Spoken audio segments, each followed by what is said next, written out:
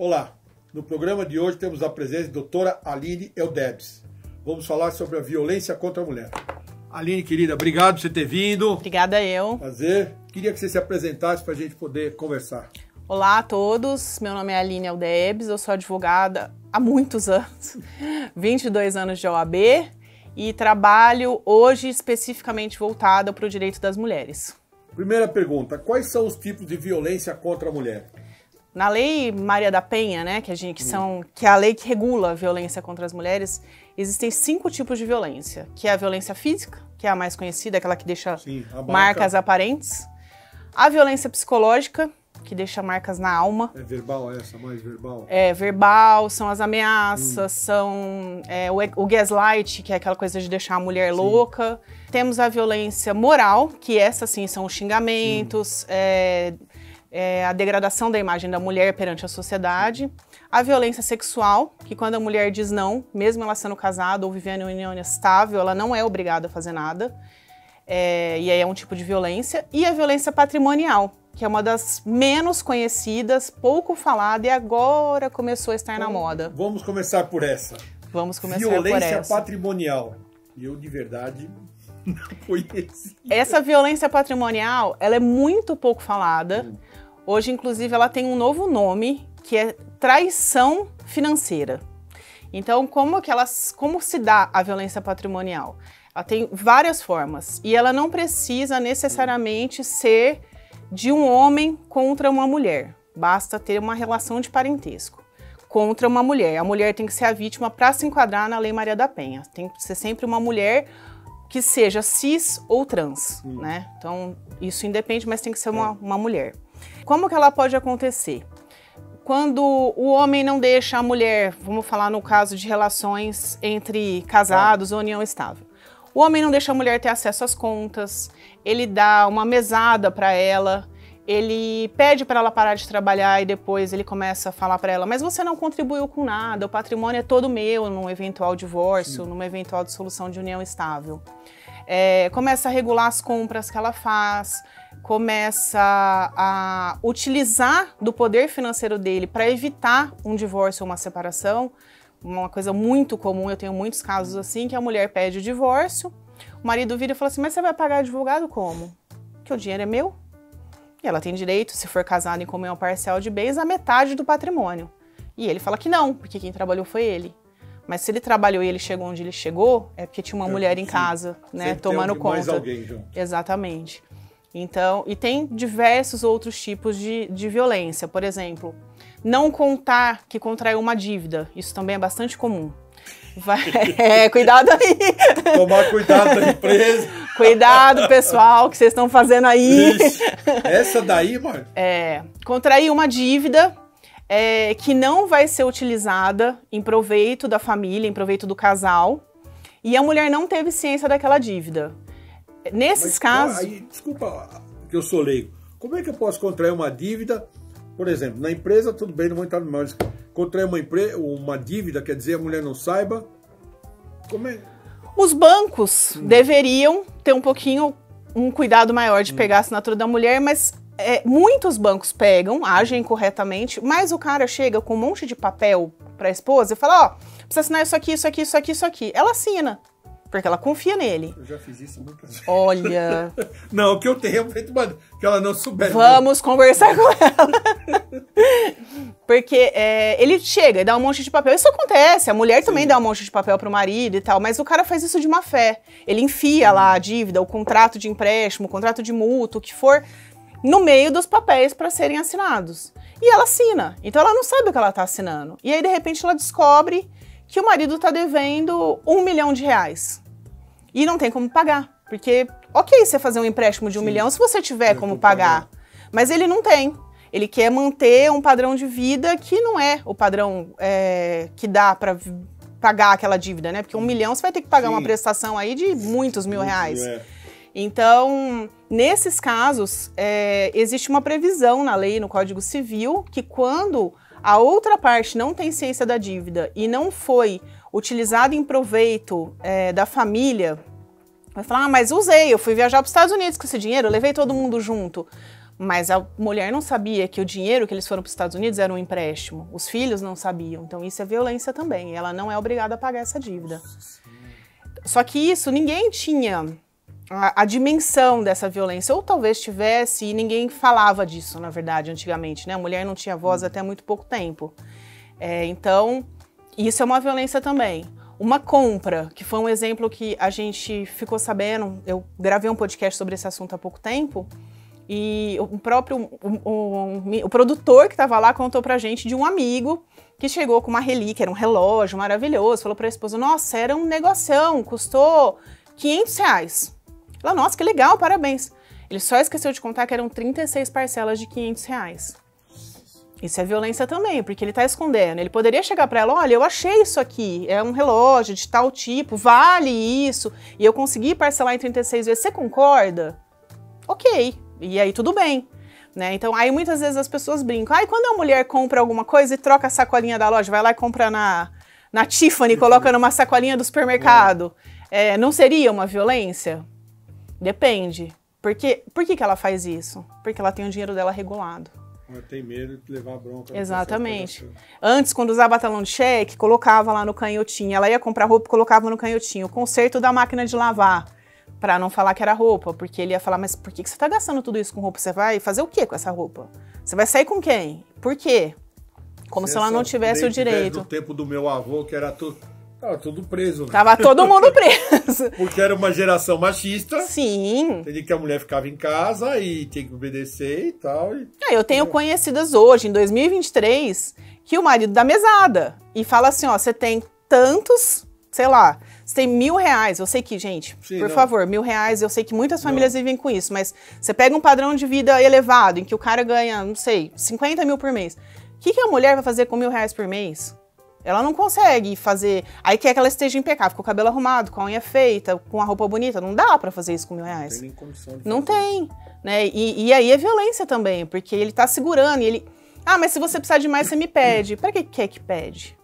Pede pra controlar, né? E o controle é uma forma de violência também. Vamos lá, e quando é o contrário, que a mulher... Porque tem casos que eu conheço, sei, você também deve saber. Sim. Que a mulher sustenta o marido e é a mesma coisa. Como então, é que faz? É violência também. Mas os homens não têm uma lei para eles. Mas por que o homem não tem uma lei para eles? Porque eles sempre puderam mais que as mulheres, mas eles têm no regramento jurídico, não é específico, mas é um tipo também enquadrado em diversas leis brasileiras, que o que ela está fazendo também está errado, porque ela tá enganando ele, ela tá não está deixando ele participar da vida financeira, né? Então, óbvio, existe sim, mas não tem a lei que fala especificamente sobre isso. E você falou de ser preso, vai preso mesmo, porque a Maria da Penha não precisa ser violência física para prender. Qualquer dos 5 tipos que eu expliquei, desde que você pode falou, prender. Verbal, tudo? Todas podem prender, dependendo do grau da então, violência. Se eu estiver bravo com a minha mulher falar uma palavra, não enche o saco? Não enche o saco. Não, modo de dizer, mas daí pra cima, começar o Daí negócio... pra cima já fica feio. Como é que você pode ser com a sua esposa, pode ser com a sua filha. Não que você faça alguma coisa com ela, mas pode ser. Agora, como é que a gente consegue provar isso? Por exemplo, verbal. Vamos dar um exemplo. Eu pego a minha mulher, falo um monte de besteira pra ela, em casa, só nós dois fechados. Sim. Que deve ter isso. Vamos imaginar. É o que mais tem, na verdade. Se eu fizer isso, eu apanho. Então eu não vou fazer, porque senão eu sou um cara que... Acho que você merece. Tenho medo, né? Se você xingar ela, merece apanhar. Tenho medo. Brincadeira. Mas vamos imaginar que eu faço ofensas brutais, tipo aquelas palavras obscenas e tal. Ela vai reclamar. Qual a prova dela se eu digo que sou eu e ela tá querendo me prejudicar, juridicamente falando? Sim. Não, na verdade, o que acontece com a Lei Maria da Penha especificamente? É sim a palavra de um contra a palavra do outro. É um tipo de violência, a não ser a violência física, que tá lá a marca. Tudo bem. Todas as outras é a palavra de um contra a palavra do outro. E hoje, a palavra da mulher, nos casos de violência doméstica, vale mais que a palavra do homem. O caso Larissa Manoela, que estou vendo não é só casal, né, união estável, pai e filha, como o caso Larissa Manoela. Sim. Como é que fica isso? Relações familiares. Mas o pai não é o tutor. Vou perguntar como leigo para exemplificar exatamente para o nosso telespectador. O pai, quando ela é menor, não é o tutor dela, tem que tomar conta do negócio dela? Então, o pai era o tutor. Pai e mãe que eu tô enquanto falando. Ela era menor de idade, os pais, né? Eram tutores enquanto menor de idade e enquanto não emancipada. A Larissa Manoela ela é emancipada desde os 16 anos, porque era mais fácil para eles também. E o tutor, ele tem que cuidar do dinheiro do tutelado para o tutelado, não em proveito próprio. E os pais da Larissa Manoela, o que tudo indica, né, o que foi divulgado na mídia, a gente não sabe. Mas o que foi divulgado. Eles usavam o dinheiro para eles, né? Então, a favor deles. Nenhum dos imóveis estava no nome dela. Tinha um imóvel só no nome dela, de, sei lá, 10 imóveis, era um no nome dela. Ela não tinha, os cartões que ela até tinha cartão no nome dela. Porém, para ela usar, ela tinha que pedir pro pai. E quem ganhou o dinheiro foi ela. Ela trabalha, acho que desde os 3, 4 anos de idade. Todo o dinheiro, eles pararam, eles tinham carreiras, tanto o pai quanto a mãe, eles pararam para cuidar, para gerenciar a carreira dela. E eles começaram a usar todo o dinheiro em proveito próprio. Inclusive, dizem as más línguas que o pai até usou de formas, assim, prejudicando a mãe também. A mãe também acho que foi um pouco vítima ali do pai. Mas não falaram, pegaram muito na mãe, na relação mãe e filha, mas foram ambos. E eles tinham que ter guardado esse dinheiro para ela, tinham que ter feito um fundo para ela, investimentos no nome dela. Eles poderiam, sim, ter um salário para gerenciar, porque é uma profissão, né, o gerenciamento. Mas não ficar com tudo. Eles ficaram com tudo, ela não tinha nada. Tanto que quando ela se rebelou e percebeu e falou, não, eu não quero mais, ela não tinha nada. Sim, porque ela até falou que não ia pôr na justiça nem nada. E ela não pôs, pelo jeito. Até porque... Ela não pôs, e ela tá super faturando agora. Não sei se você viu, ela fez uma propaganda do Burger King. Crescendo muito. Olha eu fazendo propaganda de empresa, mas tudo bem. Pode fazer, aqui não tem esse problema, não. Porque eu acho tudo muito estranho, porque eu entendi que é filha única. Sim, filha única. Eles poderiam ter feito. Atitude, eles poderiam, mas por quê? O abusador, né? Porque eles são abusadores. É um nome pesado, a gente tava brincando aqui, mas o nome é abusador. Quem pratica qualquer tipo dessas violências, ele é um abusador. Ou ela, no caso, a mãe e o pai, eles são abusadores. O abusador, muitas vezes, ele tem algum tipo... Não todos, tá? Porque é muito fácil também classificar a pessoa como louca, né? Porque o louco é meio santo, né? Então você... Mas muitas vezes tem um tipo de patologia psiquiátrica, né? Então, às vezes, sei lá, é um psicopata, não percebe os sentimentos, enfim. Faz aquilo acreditando que tá fazendo pro bem de todo mundo. Ou é narcisista, dizem que a mãe dela é extremamente narcisista, só pensa nela própria, então não pensa no que tá causando pra filha. E a maioria dos abusadores é assim, tanto que no caso de homens e mulheres, os abusadores, eles muitas vezes falam, mas eu tô protegendo a família, no caso de violência patrimonial. Tô protegendo o nosso patrimônio, tô protegendo... Ele não percebe que ele tá praticando uma violência, ou percebe e prefere olhar com outros olhos para ficar mais fácil, né, assim, de praticar a violência. Porque ela legalmente, se ela quisesse, ela poderia fazer um BO disso, solicitar tudo de volta, legalmente falando agora. Legalmente falando, ela poderia fazer o boletim de ocorrência para apuração dos crimes, ela poderia entrar com processo na esfera civil de prestação de contas, ela teria 1000 recursos jurídicos, mas ela optou por não fazer.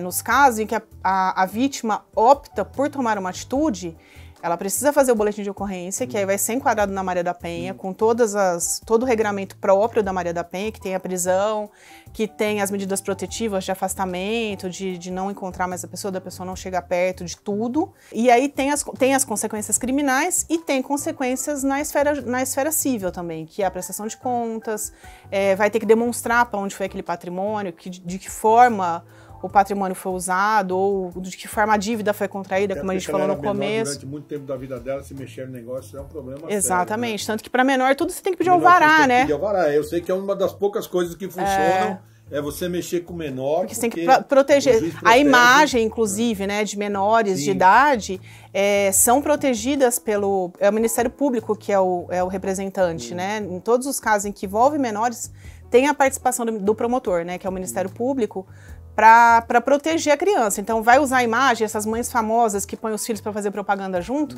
tem que ter autorização. E aí, no caso de patrimônio, então, é muito regrado. Mas o que eles fizeram? Eles abriram uma empresa, colocaram ela como sócia, porque criança pode ser sócio de empresa, e faziam as movimentações. Só que ela tinha 2% da empresa.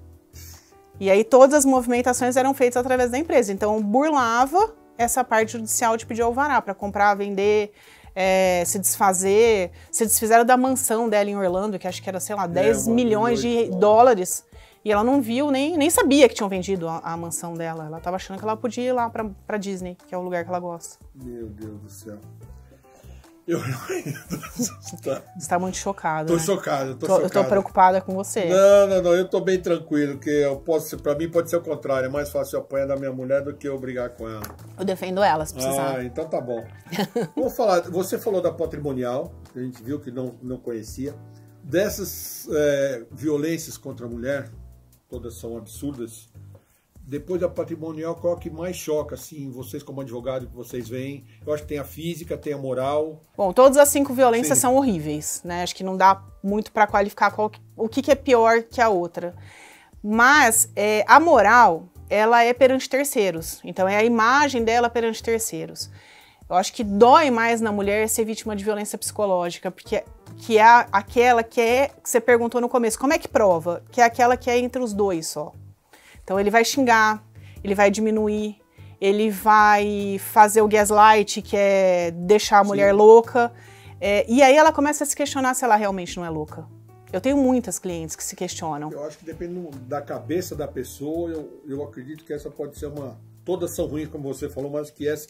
Depende do momento, eu acho que essa talvez... Essa pega muito forte, mas muito forte mesmo. E ela deixa, porque a física, ela deixa a marca na pele. A hora que a marca some, ok, dói muito, é horroroso. Não vai esquecer mais. Não vai esquecer nunca mais, mas aquela marca não tá ali pra você ficar olhando. A psicológica, ela é na alma. E aí, dependendo da situação, aquilo gera um trauma que vai levar por muito tempo, se não pra sempre. Quando eu tava vindo pra cá, uma cliente ligou que o ex-marido foi até a escola em que ela trabalha para questionar como era a isenção da mensalidade que o filho tinha direito na escola, né, por conta do trabalho dela. Que ele queria ver o holerite dela. É um negócio que ele não tem direito. Primeiro que ele é o ex-marido, nem se ele fosse marido ele teria direito. Ele é o ex-marido, eles estão brigando na justiça e ele foi na escola pedindo o holerite. Ela me ligou desesperada. Por quê? Porque ela tem muito medo dele, de tudo que ele sempre fez com ela. Então, esse medo, eles já estão separados há anos. Ela continua com medo de todas as atitudes dele. A mulher vai criando um estado de alerta. É mais antigo. É mais ou menos, assim, não é tão novo, mas assim, também não são pessoas que passaram... Só que gera um trauma tão grande na mulher, muitas vezes as mulheres são diagnosticadas como vítimas de estresse pós-traumático, as mulheres vítimas de violência psicológica. Porque elas ficam tantos anos em estado de alerta, porque não sabe como vai ser a reação, o que vai acontecer, que ela cria um trauma, muitas vezes tem que ser medicada, e todo mundo olha e fala assim, nossa, mas ele é tão bonzinho, porque na frente das outras pessoas ele realmente tem uma imagem de bonzinho, de tranquilo, de que não faz aquilo, porque esse tipo de violência, essa violência psicológica, ela é geralmente feita dentro de 4 paredes ali, dentro do lar, no máximo na frente dos filhos. Não tem aquela coisa de fazer na frente dos outros. A moral não, a moral é na frente dos outros, a psicológica é só entre eles. E aí, eu vou dizer agora para um caso que eu conheço, a filha passando por isso, querendo se separar, e a mãe dela dizendo, filha, nossa família não se separa, tal. Como é considerado isso? Porque ela vai talvez sofrer isso que você falou, estresse pós-traumático acontecer. E a mãe, não é nem a sogra, a mãe dizendo, não deve fazer isso, a família. Como é que fica essa situação?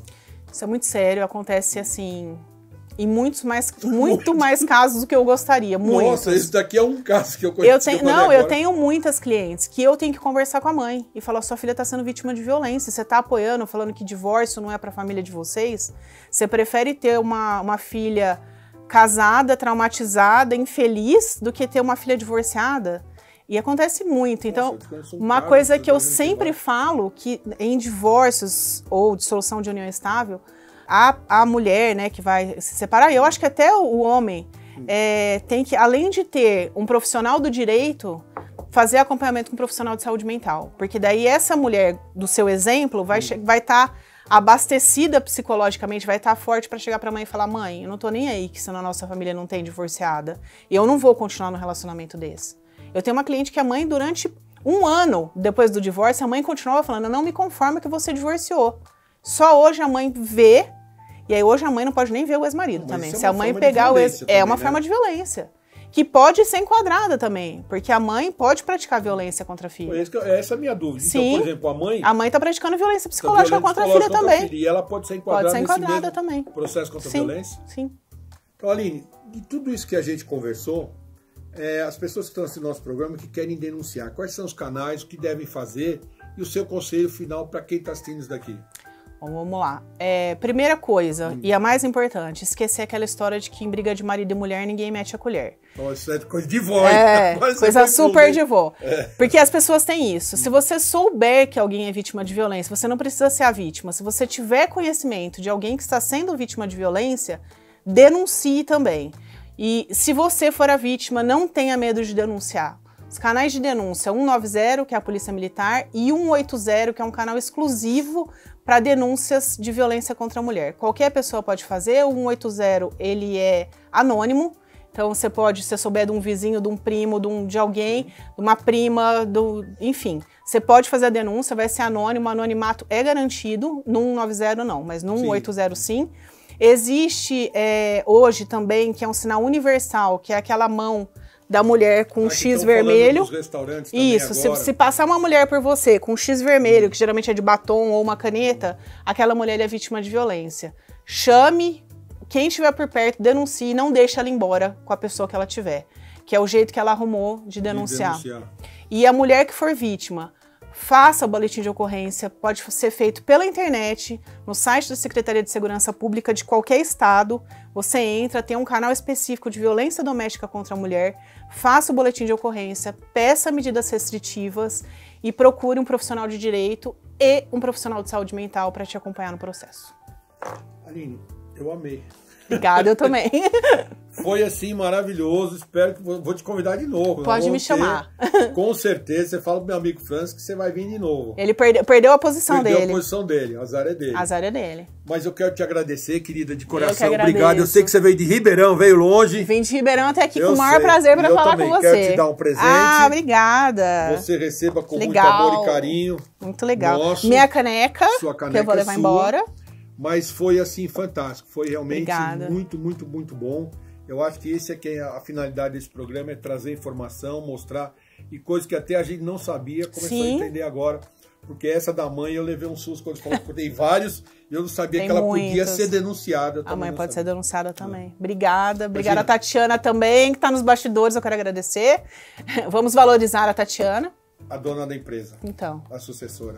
Tá certo. Obrigada. Se você quer ver este e outros programas, siga-nos nas nossas redes sociais. Até lá.